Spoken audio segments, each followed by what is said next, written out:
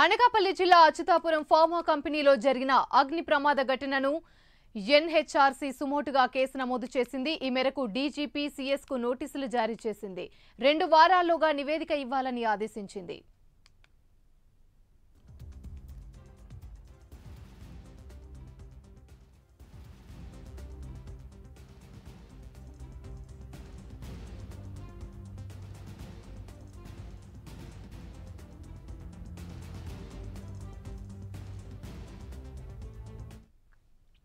Atchutapuram SEZ లో జరిగిన reactor పేలుళ్లో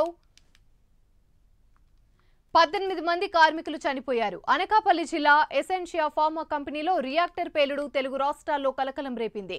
ఈ ప్రమాదంలో పలువురికి గాయాలయ్యాయి. మృతుల కుటుంబాలకు ఒక్కొక్కరికి ₹1 కోటి పరిహారాన్ని ప్రకటించారు.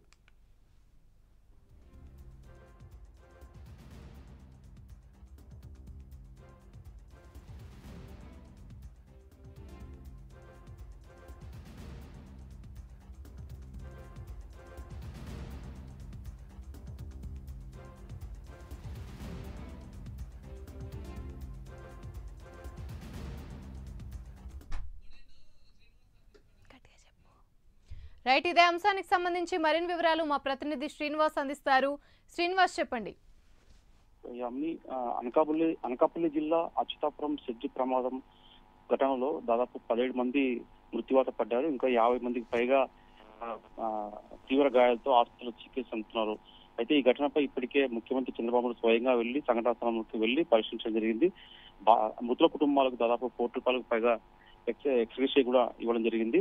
అలాగే బాధితులకు కూడా మెరుగైన వైద్య సహాయం అందించాలని చెప్పేసి కూడా ముఖ్యమంత్రి చంద్రబాబు నాయుడు దగ్గరుండి బాధిత కుటుంబాలను పరామర్శించడం జరిగింది. అయితే ఈ ఘటనపై మొత్తం చూసుకుంటే మటుకు అచ్యుతాపురం ఘటన ఎన్హెచ్ఆర్సీ సుమోటో కేసుగా తీసుకుంది. సుమోటో కేసుగా నమోదు చేసుకుని ఈ ప్రమాద ఘటనపై పూర్తి స్థాయిలో విచారణ చేయాల్సింది కూడా డీజీపీ, ఆంధ్రప్రదేశ్ రాష్ట్ర డీజీపీ కూడా నోటీసులు జారీ చేసింది.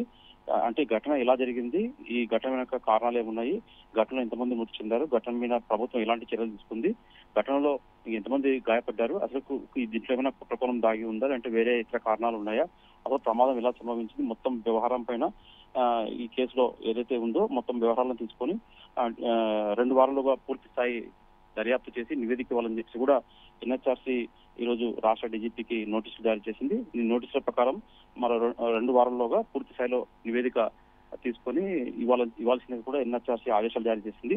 అయితే ఇప్పటికే ప్రభుత్వం కూడా వెంటనే స్పందించిందని చెప్పుకోవచ్చు. దాదాపు బాధిత కుటుంబాలనేది ఆదుకునే విధంగా కూడా ముఖ్యమంత్రి చంద్రబాబు నాయుడు అధికారులను మొత్తం అప్రమత్తం చేసి సహాయక చర్యలు చేపట్టారు. బాధిత కుటుంబాలకి మెరుగైన చికిత్సతో పాటు అలాగే మృతుల కుటుంబాలకు కూడా ₹1 కోటి పైగా వాళ్ళకు నష్టపరిహారం ఇవ్వడం జరిగింది.